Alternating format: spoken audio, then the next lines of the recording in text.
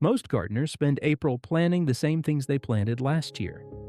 The same seeds from the same rack at the same garden center. And every single year they wonder why their harvests feel a bit predictable, a bit underwhelming, and somehow always a little late. But here's what almost nobody talks about. For 14 specific vegetables, April isn't just a good time to plant, it's the only time. Miss the window by even a few weeks, and the plant's own biology works against you for the rest of the season. You don't get a second shot. And the vegetables I'm talking about aren't the ones you'd find on the front display at the nursery. Most of them you've probably never grown. Some of them you've genuinely never heard of, but by the end of this video, you'll know exactly what they are, why April is their non-negotiable moment, and how to give each one the start it actually needs. Stay until the end, because the last vegetable on this list is one that solves a problem that frustrates nearly every spring gardener, and most people never discover it exists. Before we get into the list, a quick note on why April creates this hard deadline in the first place. Not all vegetables are time-sensitive in this way. Plenty of crops are forgiving. Plant them a month early or a month late, and they'll shrug it off. But everything in this video is what I'd call biologically time-locked. Some are governed by photoperiod, the specific ratio of daylight to darkness that April delivers signals the plant to begin a process it simply won't begin under other conditions.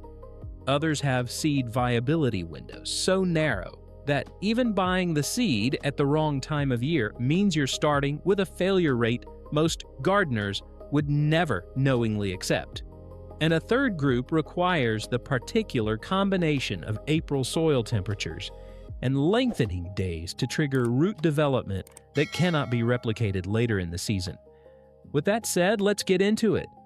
Before we get started, be sure to check out the plants, tools, and products featured in this video. Everything you need is linked right in the description below. Number 1.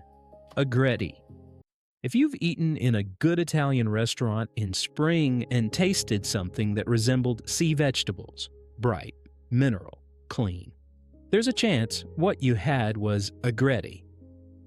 Italian chefs pay serious money for it, and it's almost impossible to find outside specialist Italian markets.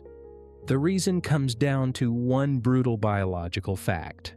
Agretti seed loses its germination viability within 2 to 4 weeks of being harvested. So by the time most commercially sold seed reaches a garden center shelf, it's already borderline dead. So if you're not sourcing fresh seed from a specialist supplier who prints the harvest year on the packet and sowing it in cool April soil, you're most likely not growing Agretti at all. You're just planting dead seed and wondering what went wrong. The plant itself grows in dense tufts of bright green, almost succulent stems with a clean, slightly saline flavor that nothing else quite replicates. It appears in Italian markets for 3 to 4 weeks in spring, then disappears entirely. Fresh seed, cool soil, April timing, that's the formula, and it's completely unforgiving. Number 2. Scorzonera. This one rewards patience in a way that almost no other vegetable can. It looks at first glance like a long black root. Imagine a dark, unslender parsnip. But peel and cook it and the flavor is nothing like a parsnip. It's rich, creamy, slightly nutty, with hints of artichoke and oyster, which is actually one of its other names. The Black Oyster Plant. Scorzonera is a perennial, meaning it doesn't finish its development in a single season.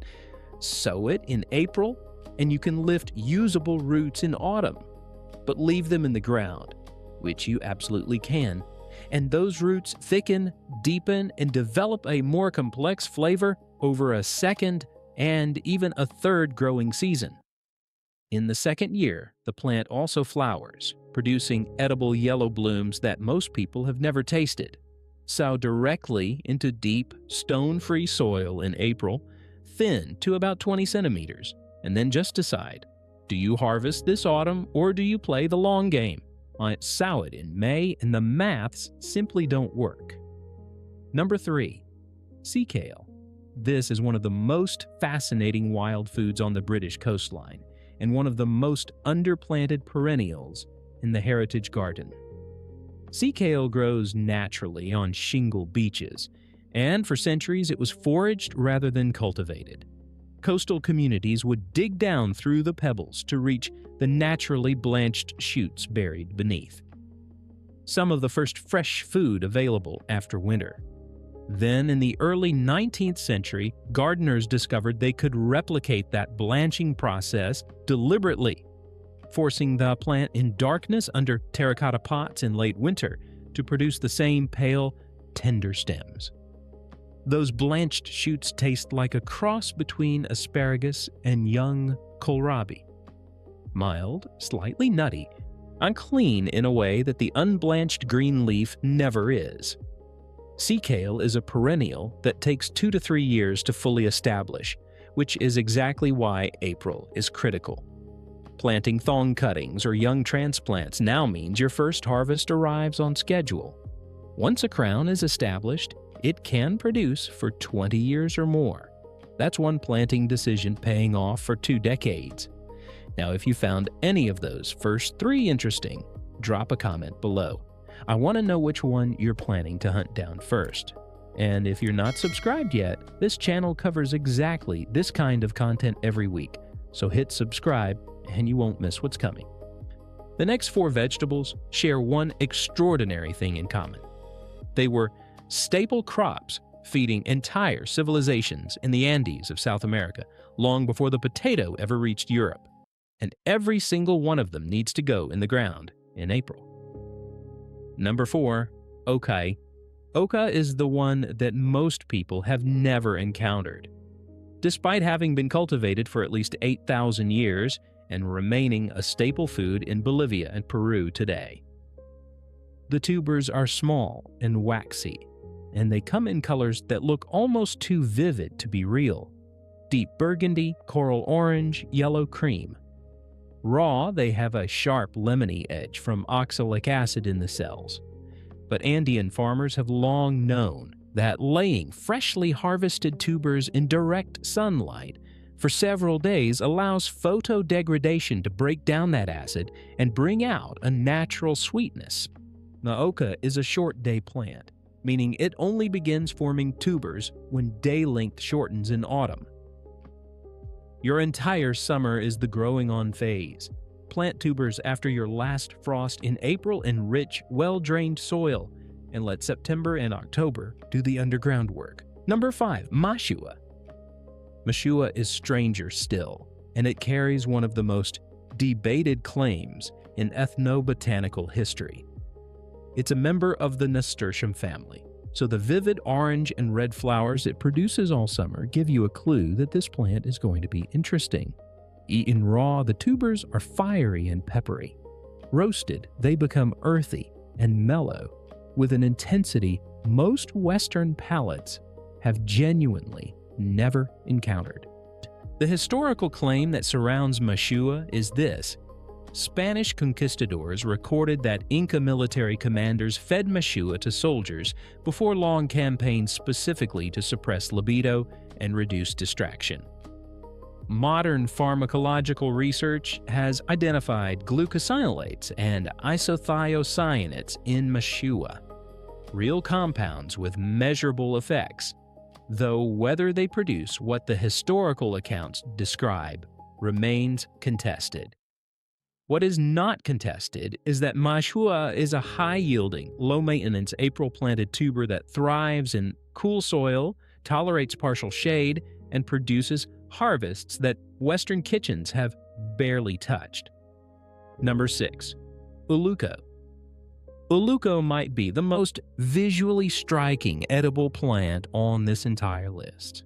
The tubers are roughly the size of a large marble and come in colors that look almost artificially produced. Neon pink, deep purple, yellow, coral red, often with contrasting speckled patterns. They look less like vegetables and more like painted Easter eggs. but they've been cultivated for at least 5,000 years and are nutritionally serious, approximately 90 to 93% water by weight, which gives them a texture unlike any other tuber. Dense, slightly gelatinous when cooked, with a mild earthy flavor similar to a waxy potato. That same mucilaginous quality, the slight slipperiness you'd notice peeling one raw, has been studied as a plant-based binding agent. In traditional Andean cooking, olico is used as a thickener and even as a partial egg substitute in certain preparations. You'll plant tubers in April exactly as you'd plant early potatoes, in well-drained, rich soil at medium depth. The harvest will genuinely surprise anyone who sees it for the first time. 3 more of the Andean group done, and honestly, if you're still watching, you're the kind of gardener who's going to love what's coming in the second half of this list. Leave a comment with whichever of these Andean tubers interests you most, and make sure you're subscribed. Next week's video is going to be just as useful as this one. Number 7. Yacon. Yacon leads with one of the most counterintuitive facts in food science. It tastes genuinely, refreshingly sweet, but it contains almost no usable sugar. The sweetness comes from fructooligose acarides, a type of carbohydrate the human body cannot break down in the small intestine. They pass intact to the large intestine where they feed beneficial gut bacteria, which makes Yacon a legitimately prebiotic food and an active subject of nutritional research. The roots look like a large, sweet potato on the outside, but slice one open and you'll find crisp, pale, apple-like flesh closer in texture to jicama than anything starchy. Eaten raw in slices, Yacon is genuinely delicious. In parts of South America, the juice is sold commercially as a low glycemic sweetener. Yacon is frost-sensitive and needs a long growing season, typically 6 to 7 months, which makes April the earliest viable planting window in most temperate climates. Plant the small crown divisions, not the large storage roots, in rich, well-drained soil in full sun. Well, now for 3 vegetables that fed medieval Europe and then vanished from most gardens almost entirely. Not because anything went wrong with them, but simply because fashions changed. Number 8. Good King Henry. Good King Henry is a perennial with one of the most remarkable value per plant ratios in the garden. Guys, in early spring, the young shoots that emerge from the crown can be harvested and eaten exactly like asparagus, steamed, roasted, or served simply with butter. As the plant matures, the large triangular leaves can be cooked and eaten like spinach, rich in iron, calcium, and vitamins A and C. Later in the season, the flower spikes are edible and treated like tender broccoli, and the seeds, and small, dark, and closely related to quinoa, both belonging to the Chinopodiaceae family, can be harvested and eaten in the same way. One plant, on 4 distinct edible stages. And then it comes back next year, larger and more productive, for a decade or more with virtually no maintenance. It was a staple of the medieval cottage garden and fell out of fashion during the Victorian era for no agronomic reason whatsoever. Sow from seed in April and you'll have a productive crown by the following spring. Number 9. Skirret. Skirret was a Roman delicacy. There are accounts of the Emperor Tiberius demanding annual tributes of it from Germany, a region cultivated specifically to supply this crop to Rome. It held its place as a prized table vegetable through medieval and Renaissance Europe, before the spread of the potato in the 18th century gradually replaced most root vegetables, and skirret quietly disappeared from mainstream horticulture. The root is clustered, multiple thin, carrot-like fingers emerging from a single crown, with a sweet parsnip-like flavor, but a finer texture and more complex, almost spiced undertone. Food writers who've revived it in their gardens consistently call it one of the most pleasant surprises in the heritage vegetable world. Sow seeds directly in April in deeply prepared stone-free soil, or propagate by root division in spring for a faster harvest. It prefers rich, moist soil and will produce a clustered root ready to lift in late autumn. Number 10. Hamburg parsley. Hamburg parsley has one of the most effective disguises in the vegetable kingdom. Above the soil, it is completely indistinguishable from ordinary flat-leaf parsley. Same leaves, same green, same scent. Below the soil is where it reveals itself. A large, white, parsnip-like taproot reaching 20 to 30 centimeters, carrying a flavor that is simultaneously the full intensity of parsley and the creaminess of parsnip. It's been a staple of German, Polish, Hungarian, and Czech cooking for centuries, used in soups and stews the way a carrot would be used in British cooking. It is almost impossible to find in mainstream UK or US markets, which makes growing your own the only practical option. Hamburg parsley germinates slowly, up to 4 weeks, and needs the long, cool growing season that an April direct sowing provides. Sow into deeply prepared stone-free soil, water consistently through germination, and harvest in late autumn. 6 plants into the second half now. Drop a comment if Hamburg parsley just made your list, because honestly, it should be on more people's radars. And subscribe if you want this kind of deep dive content on plants most channels never touch. Number 11. Celeriac. Celeriac is the vegetable that consistently stops people in their tracks at the market. It looks like something between a brown meteor and a gnarled tree burl, with a rough cratered exterior and a tangle of roots underneath that gives absolutely nothing away. Peel it back and you find dense, creamy white flesh with the full flavor of celery concentrated into a root you can grate raw into a remoulade, roast until caramelized, or blitz into one of the most satisfying purees in the winter kitchen. The April timing here is specific and genuinely unforgiving. Celeriac needs a minimum of 120 days to reach a usable size. Some and most productive roots need closer to 150. That means the only way to hit that day count before the first autumn frosts arrive is to have transplants in the ground in April, started indoors back in late January or February. Delay to May and you'll lift undersized roots. Delay to June and you may not lift anything worth eating at all. Start seeds indoors under grow lights in January or February, harden off the seedlings through early spring, and transplant out in April spaced 30 to 40 centimeters apart in rich, consistently moist soil, because irregular watering is what causes the roots to crack and split before harvest. Number 12. Cardoon. Cardoon is one of the most visually imposing plants you can grow in a temperate kitchen garden. By midsummer, it will reach 2 meters in height and spread almost as wide, producing enormous silver gray leaves that catch light in a way that looks almost metallic, genuinely architectural. It is also one of the most historically significant vegetables in Mediterranean horticulture because cardoon is the species from which the globe artichoke was selectively bred over centuries. The wild plant came first. The tender artichoke head came later. The edible part of a cardoon isn't the flower. It's the blanched leaf stalks, which are tied together and wrapped in hessian or cardboard for 3 to 4 weeks in autumn.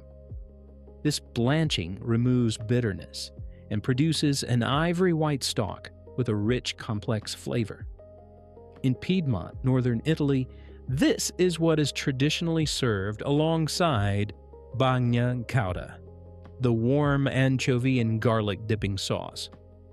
Sow seeds indoors in April and transplant out after your last frost, giving the plant the long season it needs. Number 13. Epazote. Epazote is the herb vegetable that makes authentic Mexican black bean dishes taste the way they do in Mexico, and that genuinely cannot be replicated by any substitute.